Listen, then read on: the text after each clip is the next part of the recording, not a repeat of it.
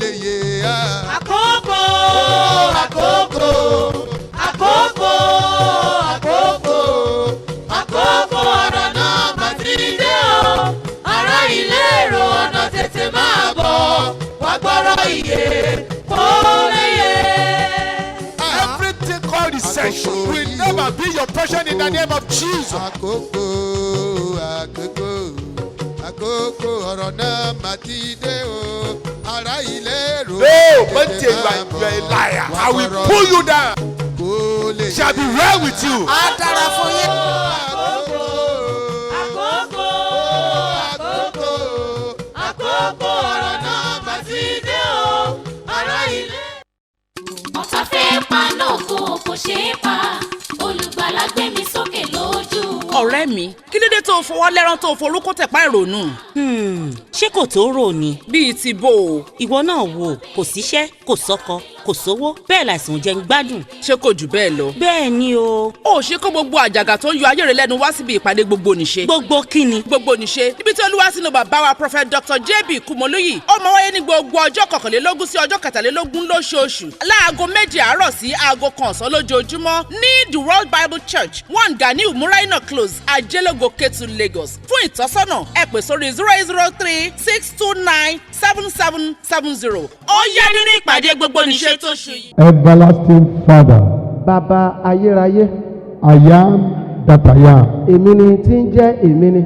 We thank you this morning A dúpẹ́ lọ́wọ́ yín láàárọ̀ yìí for giving us another unique opportunity to be in your presence. wípé ẹ fún wa ní àǹfààní ńlá yìí láti wà ní ọ̀dọ̀ yín. Be thou exalted in the name of Jesus. Ẹ di gbígbéga lórúkọ Jésù.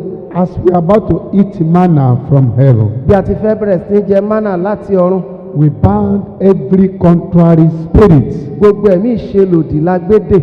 every mami water spirit, Àwọn ẹ̀mí burúkú inú omi, every ungodly spirit àwọn ẹ̀mí àìwà bí Ọlọ́run that will like to surface here this morning, tá fẹ́ yọjú ràn níbí lónìí, we ban them, gbogbo wọn la gbé dè. we cast them into the bottomless pit, A sì jù wọ́n sí ọgbọ́n àìnísàlẹ̀. and I release fire from above to consume them. Mo sì pe iná sọ̀kalẹ̀ látòkè kó jó wọn run. In the name of Ní Jesus, orúkọ Jésù. let this message revolutionize our life individually. Jẹ́ kí ọ̀rọ̀ yìí kó tún ayé ẹnìkọ̀ọ̀kan wa ṣe. For in Jesus' wonderful name, I pray. Amen. No more backwardness. Kò sí ìfàsẹ́yìn mọ́. Those who love the world, Àwọn tó fẹ́ ayé yìí, well, they can do whatever they like. àwọn lè ṣe tó bá wù wọ́n. They can use the authority of God as they like.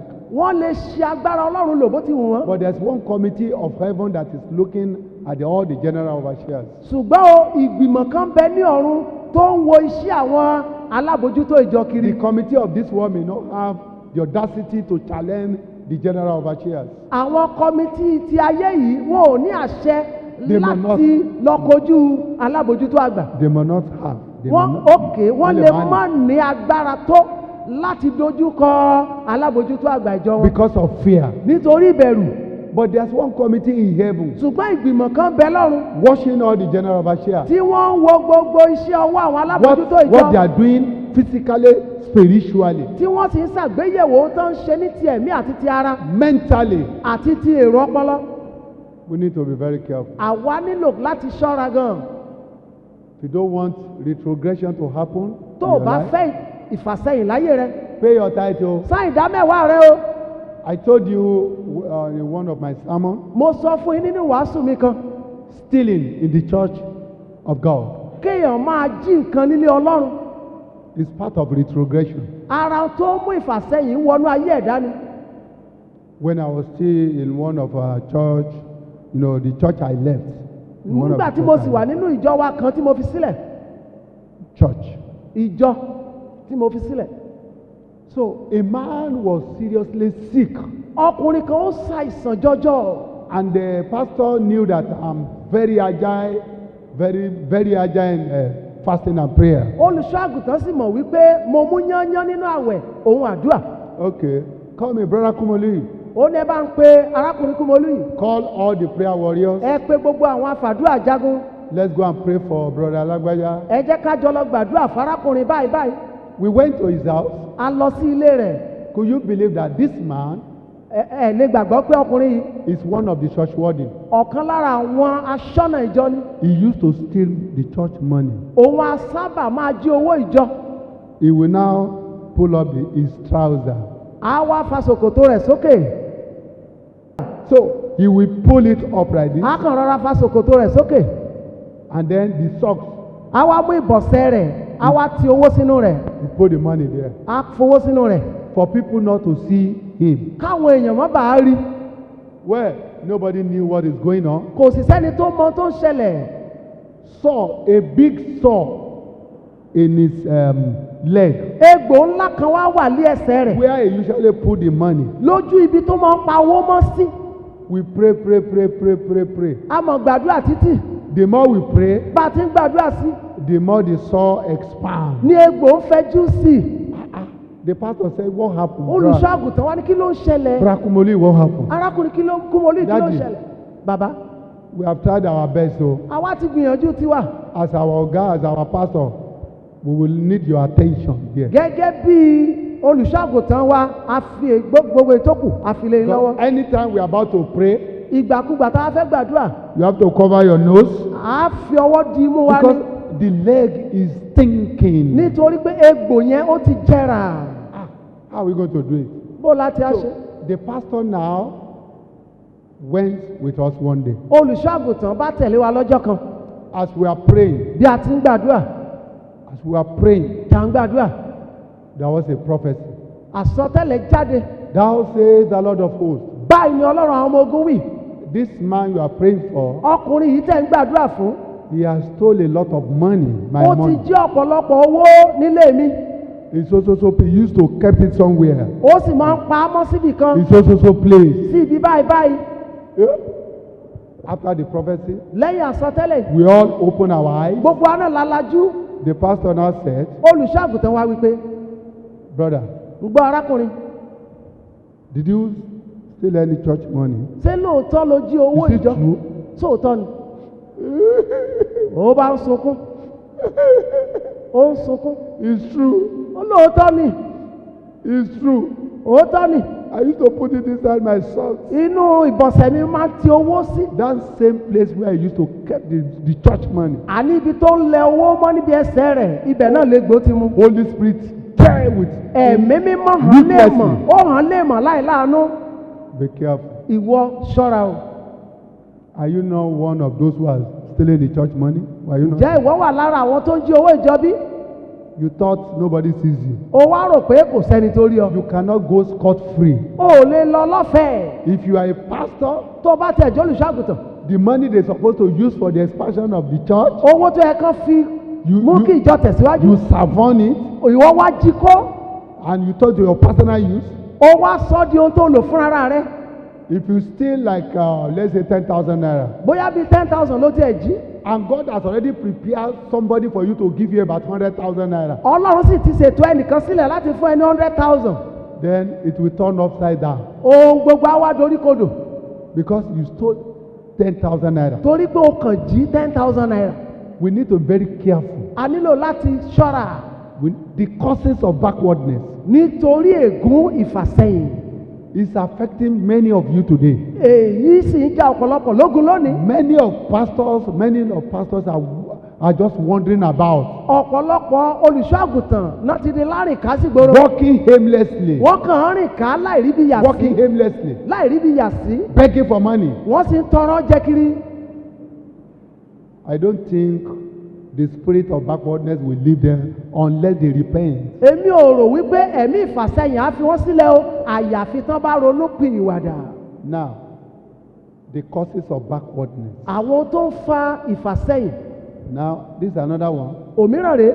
When you lack respect or regard for the ministers of God, Nígbà tí o ò bá bọlá fún ìránṣẹ́ Ọlọ́run tó rí wọn fín. you begin to go backward. Ó bẹ̀rẹ̀ sí padà sẹ́yìn. King Jeroboam disrespected a man of God. Instantly, the judgment of God came upon his life. nígbà tí ọba Jeroboamu tó rí ìránṣẹ́ Ọlọ́run fín ní kíámọ́sá ní ẹ̀mí ìfàsẹ́yìn tó yí wọnú ayé rẹ̀. In the book of 1 Kings 13:1 to see, that is where you find it. inú ìwé àwọn ọba tí mo sọ yẹn ló ti rí kà. Now listen to me. tẹ́tí o. We can see the full story of how the hand of King Jeroboam was withered because he tried to disrespect the man of God who prophesied that a child, Josiah, by name, will be born into the house of David that will be making sacrifice on the altar.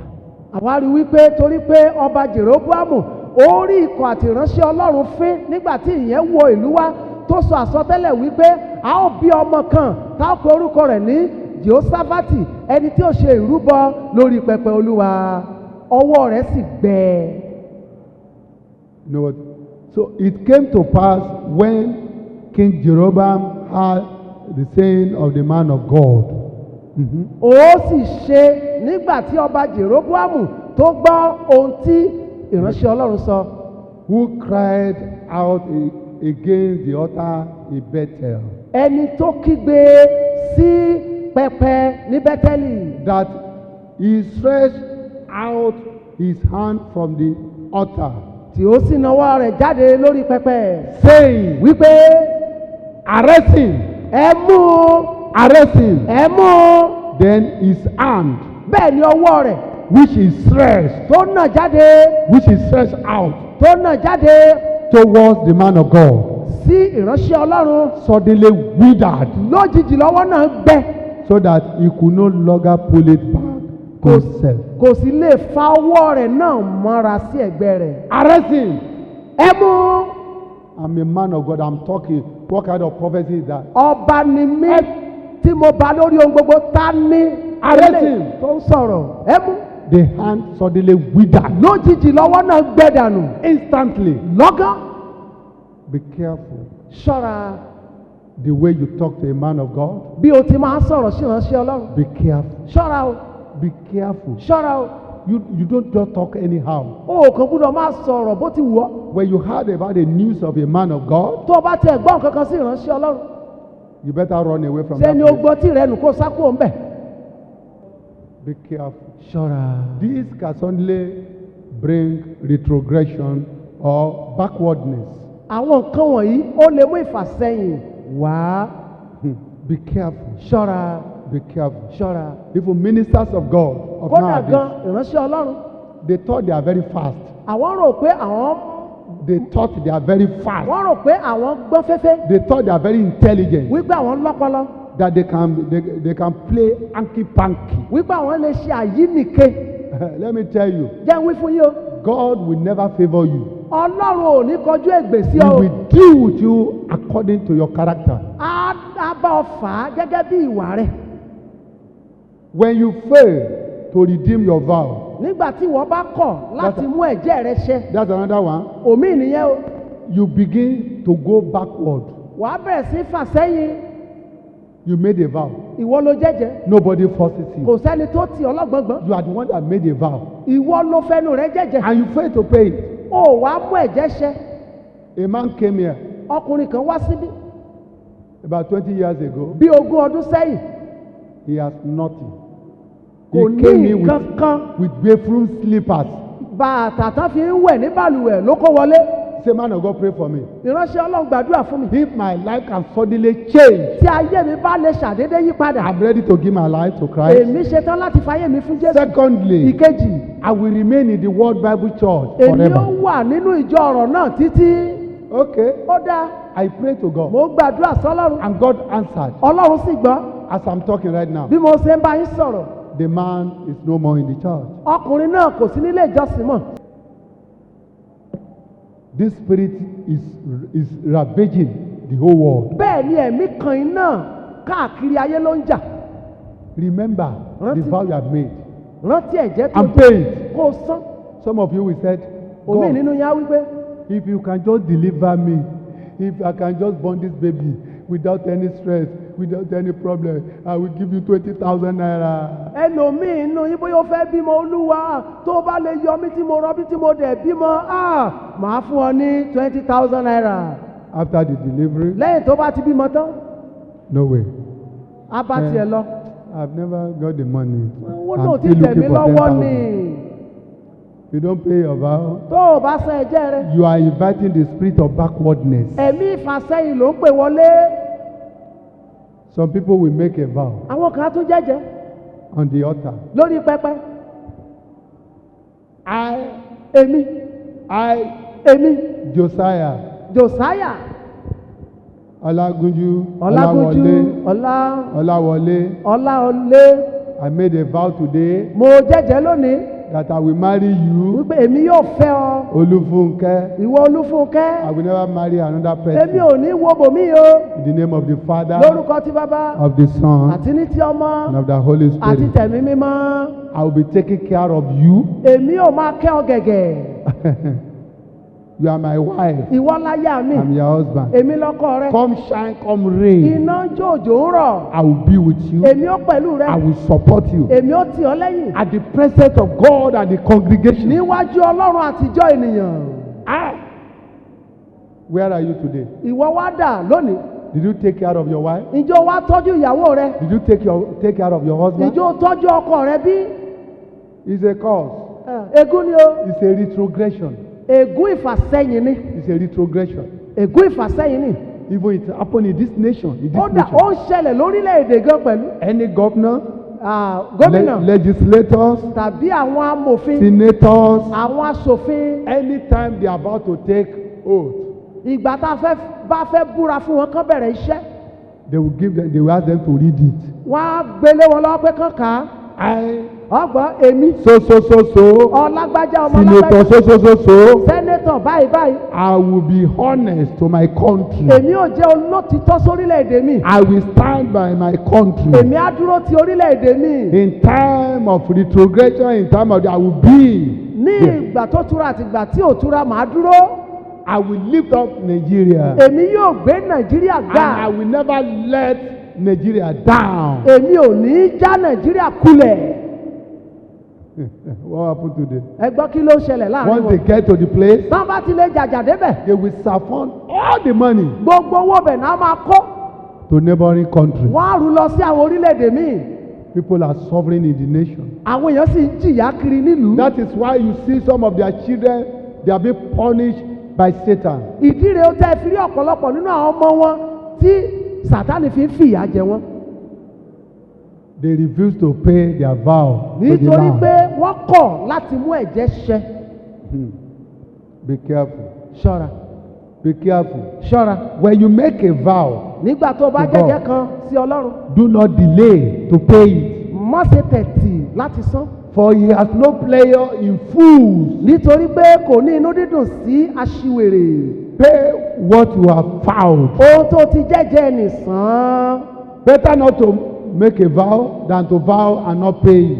ó dára kéèyàn má jẹ́jẹ́ ju kó jẹ́jẹ́ láìsan. Do not let your mouth cause your flesh to sin. má ṣe jẹ́ kí ẹnu rẹ mú ara rẹ kọsẹ̀. Nor say before the messenger of God that it was an error. kí wọ́n sì máa sọ níwájú ènìyàn ọlọ́run wípé èṣì ló ṣe. Why should God be angry at your excuse and Ni- destroy the work of your hands? nítorí kí ni ọlọ́run yóò ṣe bínú sí ohùn rẹ̀ tí ó sì bà iṣẹ́ ọwọ́ rẹ jẹ́. I pray God will not be angry against you in Jesus' name. èmi gbàdúrà o ọlọ́run kì yóò bínú sí ọ lórúkọ jésù. Vow is very, very important. ẹ̀jẹ̀ ó ṣe kókó Very, very important. ó ṣe pàtàkì. Vow.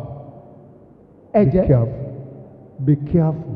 ṣọ́ra. When you make a vow with anybody, make sure you pay that vow. tó o bá ti ní àdéhùn tàbí ẹ̀jẹ̀ pẹ̀lú ẹnìkan rí wípé o mú tiẹ̀ ṣẹ. There is a vow between you and your husband. àdéhùn wà láàrin ìwọ àti ọkọ rẹ. Your husband told you, ọkọ wí fún ọ honey, oyin mi I've just bought a landed property mo mọ̀ ti somewhere. ra lẹ̀ kan báyìí.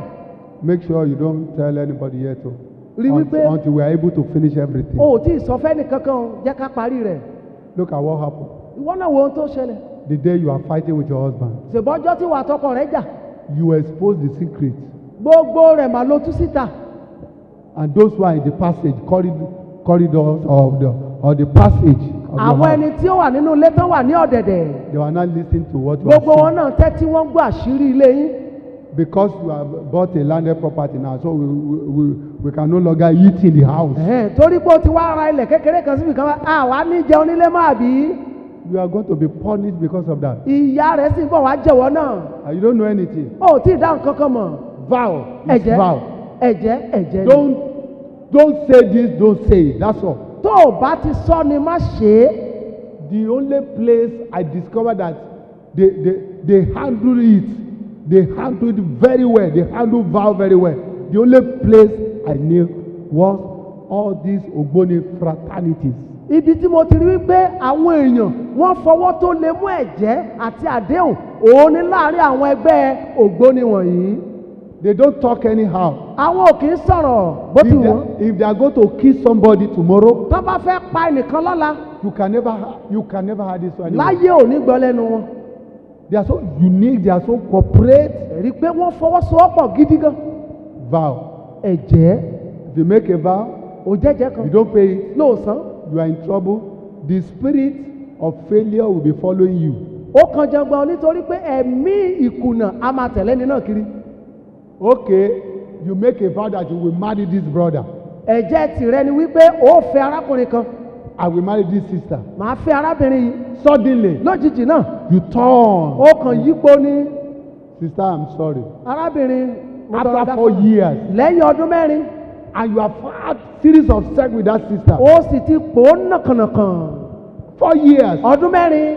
You are not saying that I've gone to see a man of God and I was told that we are not compatible. Wọ́n ẹ̀sẹ̀ wá sọ fún pé ó lọ rí ìránṣẹ́ Ọlọ́run kan, ó wá lé ẹ̀ bára mu. You and that minister of God that told you, you are going to be punished. Ìwọ àti ìránṣẹ́ tó sọ fún ọ yẹn, ẹ ó jọ jẹ gba. 1 year, roll away. Ọdún àkọ́kọ́, ó sọ fún. 2 years. Ìkejì. 3 years. Ìkẹta. 4 years. Ìkẹrin. And I say we are not compatible. Wọ́n ẹ̀ wá sọ pé ẹ̀ bára dọ́gba. Be careful. Ṣọ́ra o. It can suddenly ruin your life. Eléyìí lè run ayé rẹ. And it can bring retrogression, backwardness to your life. Ó lè mú ìfàsẹ́yìn padà sẹ́yìn sínú ayé ẹ̀dá. Anna made a vow to God. Anna jẹ́jẹ́ fún Ọlọ́run. And she redeemed. Ó sì san ẹ̀jẹ̀ rẹ̀. That's 1 Samuel 1:11. Sámúẹ́lì kínní orí kínní ẹsẹ̀ kọkànlá. So when you get home, you read it. Tó o bá ti délé kó o kà á. He made a vow and he paid it. Ó jẹ́jẹ́ ó sì san ẹ̀jẹ̀ rẹ̀. For the child I prayed for. Fún ọmọ tí mo bí.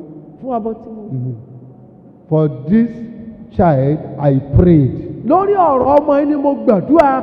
And the Lord has granted my petition. Ọlọ́run sì ti gbọ́ ohùn ẹ̀bẹ̀ mi. Which I asked of him. Èyí tí mo bí léèrè. Therefore. Torí náà. I also have led give it to the Lord. Èmi náà wá síbí o láti dá padà fún Olúwa. As long as he lives. Níwọ̀n ìgbà tí yóò wà láàyè. He shall be lent to the Lord. A ó fi fún Olúwa ni. And he did it. Ó sì ṣe bẹ́ẹ̀. And God was very happy. Inú Ọlọ́run sì dùn pẹ̀lú rẹ̀. God was very happy. Inú Ọlọ́run dùn.